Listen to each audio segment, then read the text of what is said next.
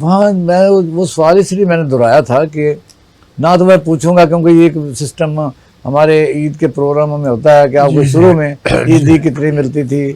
اچھا میں کئی دفعہ کہتا ہوں کہ یار یہ سب کو پتہ ہے کہ اس وقت تو ہوتے ہی تھوڑے پیسے تھے تو تھوڑی ملتی ہوگی. اب یہ کوئی ایسا راز تو رہا نہیں، لیکن پھر بھی کوئی یادگار چیزیں ہیں کہ بس ہمارے والدین کی چیزیں ہوتی ہیں. آج جیب بھری بھی ہو پیسوں کی تو وہ مزہ ذرا اس طرح نہیں آتا. تو اس طرح کی میں بات پوچھنا چاہتا تھا کہ آپ کی بہنیں ہوتی ہوں گی، بھائی ہوتے ہوں گے، کس سے زیادہ انس ہوتی ہے والدین کو؟ عید پر کس کو زیادہ اچھے کپڑے مل سکتے ہیں یا عیدی مل سکتی ہے؟ اس طرح کی کوئی بات نہیں ایسا مطلب یہ کہ عموماً ایسا تاثر یہی ہوتا ہے، حقیقت یہ نہیں ہوتی ہے اقبال شیخ صاحب. ہم کو یہ تھا کپڑے لینے کے لیے اگر سبی آتے تھے ہم تو وہاں پہ وہ جو کلوتھ مارکیٹ میں جو ہندو وہاں زیادہ ہیں تو وہ اپنے مزدور کے ساتھ کپڑے بھیجا کرتا تھا گھر پہ ہمارے. شبی میں ہندو ہیں؟ سبی ہندوؤں کا ہی علاقہ سمجھ لیں آپ اس کو، پشتوؤں کے علاوہ. اچھا ہاں بالکل ہی سبی بہت زیادہ ہندو ہیں. سیوی نام ہی ہندو اس کا تھا، سبی نہیں سیوی. سیوی اچھا وہ بدلتے پھر سبی بولنا شروع. ایسے ہو گیا تو وہ ان کی دکانیں ہیں، بزنس ہے، بہت کچھ ہے ان کا. تو پھر کپڑے تو سب کو ایک جیسے ملتے تھے، جوتے سب کو ایک جیسے ملتے تھے، عیدی بھی سب کو ایک جیسے ملتی تھی. ٹھیک ہے جی، یہ تو نہیں ہوتا ہے، ایسے ہوتا ہے فرق تھوڑا سا ہوتا ہے. نہیں ہمارے تو پیار بھی ہوگا لیکن اس میں نہیں زیادہ کہ چھوٹے بڑے بھی ہوگے جی، لیکن یہ حقیقت بتا رہا ہوں آپ کو.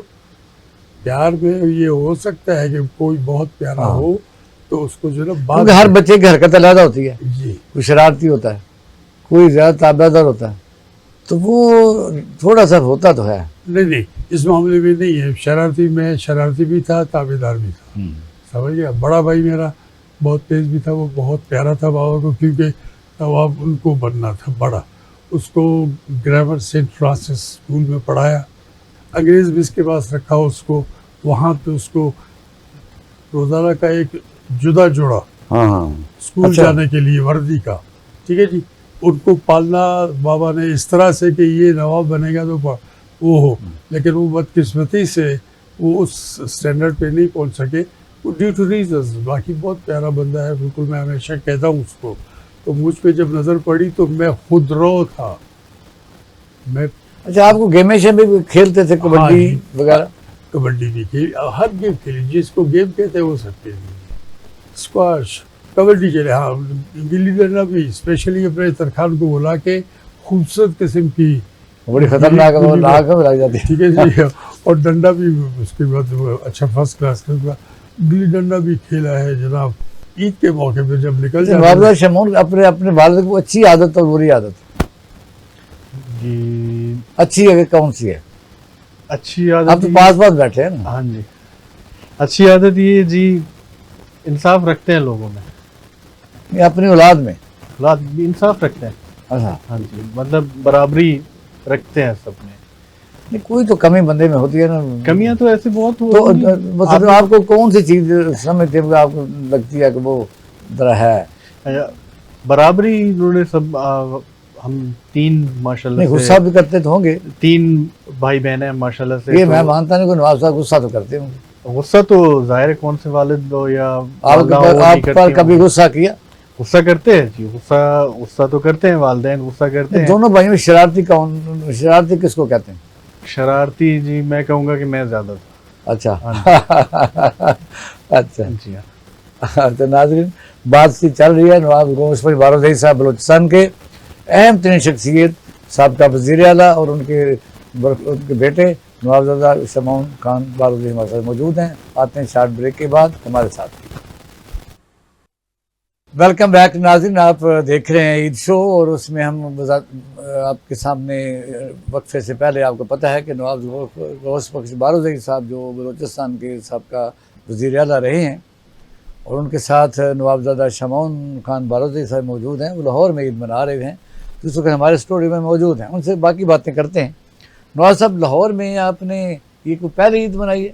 جی یہ میری پہلی عید ہے لاہور میں. جی ویسے کئی عیدیں ہماری گھر سے باہر گزری ہیں لیکن لاہور میں میری پہلی عید ہے.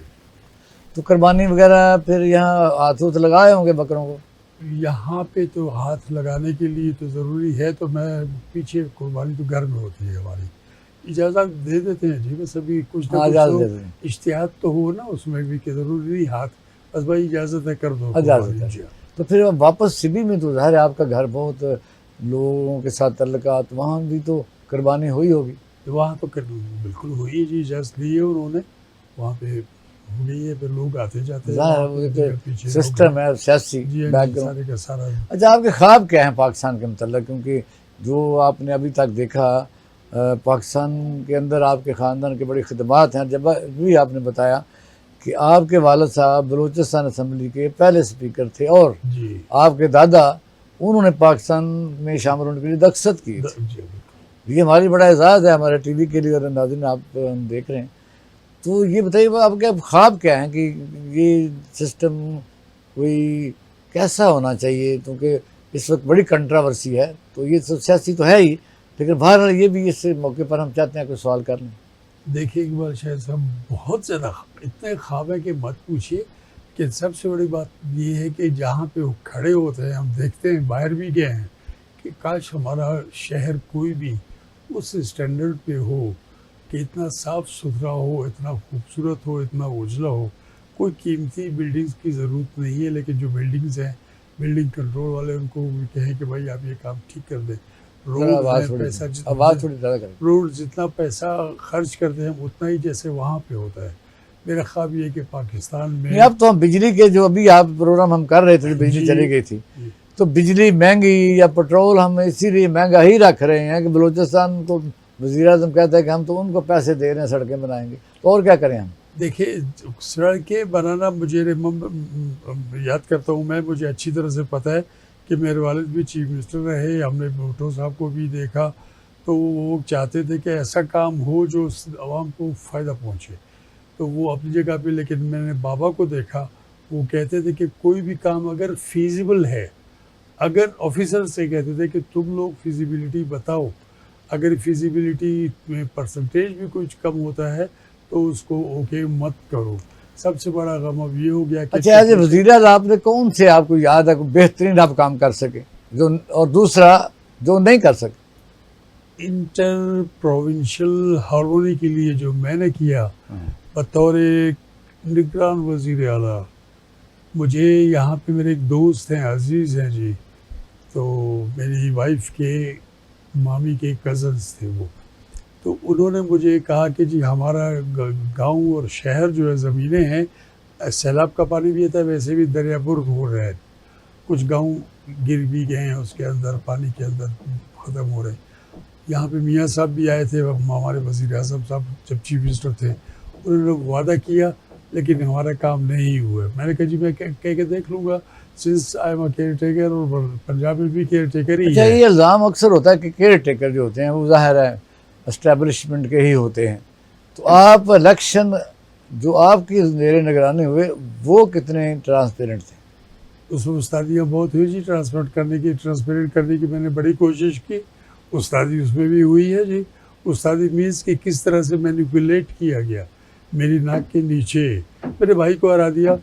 मैं इसी धांधली से बचने के लिए केयर टेकर चीफ मिनिस्टर बना के मुझे ऑफर हुई, तो मैंने कहा ठीक है, क्योंकि धांधलियाँ होती रही हैं हमारे ख़ानदान के साथ, लेकिन मेरे साथ भी उस्तादी कर गए कि तो इस तरह से ये कि अच्छा, इंटरिम वज़ीर आला अपनी भी सीटें नहीं बचा सका? जी मैं नहीं बचा सका, मैं आपको बता रहा हूँ। और कहने का मतलब ये है कि आपको जो काम करना है, मेरी सबसे बड़ी नाकामी ये थी कि जो मैं करना चाहता था, ठीक करना चाहता था, मैं समझ रहा था कि मैं ठीक काम करूँगा तो ये कहेंगे कि भाई अच्छा है, ये ठीक काम कर रहा है, आगे के लिए भी कारामद होगा। लेकिन मुझे अभी पता चलता है कि जो ठीक काम करता है वो डार्लिंग नहीं बनता, वो ब्लू आइड नहीं बनता।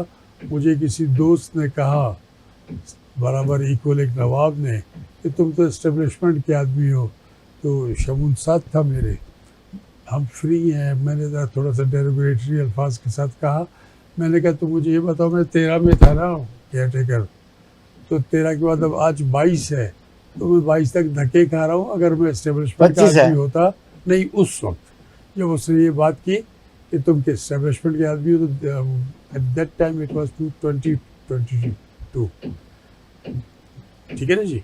तो मैंने कहा अभी 10 साल गुजर गए हैं 2013 से आगे, तो मैं खामोश ऐसे ही बैठा हूँ, ना सेनेट में, ना इधर ना उधर, ना कुछ।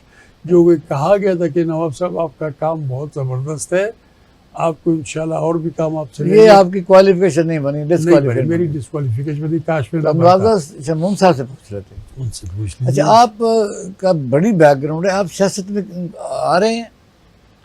जी दादा और बाबा के नक्शे कदम पे चलेंगे, बिल्कुल चलेंगे जी। उसके लिए सियासत- क्या, उसके लिए आपने आगाज कर दिया है? उसके लिए आगाज़ ये कर दिया कि इलाके में घूमना, इधर उधर लोगों से मिलना मिलाना, कोई जिनके काम वगैरह होते हैं छोटे मोटे जो कि बहुत मुश्किल से हो रहे हैं या बिला वजह किसका कोई वजह नहीं है, फंस गए हैं, उसके लिए काम। नहीं, 2024 इलेक्शन हो गए, आप क्यों नहीं खड़े हुए? 2024 के इलेक्शन में खुद खड़ा नहीं हुआ इसलिए कि हमारे ख़ानदान से एक और कैंडिडेट थे जी। तो लेकिन ये भी है ना, तो आपको पता है इलेक्शन बड़ा महंगा है, हाँ जी, तो आपके वालिद साहब ने पैसा तो इकट्ठा किया नहीं, क्या करेंगे आप? बस इलेक्शन करना होता है जी, कर लेंगे इंशाल्लाह ताला। अच्छा, दोस्त हैं, साथी हैं, यार हैं। 2018 के इलेक्शन मुझे याद है, उसमें चाचा हमारे, उन्होंने कंटेस्ट किया था इलेक्शन, वो भी हमने उनके साथ, मतलब मैंने उनके साथ काफ़ी वर्क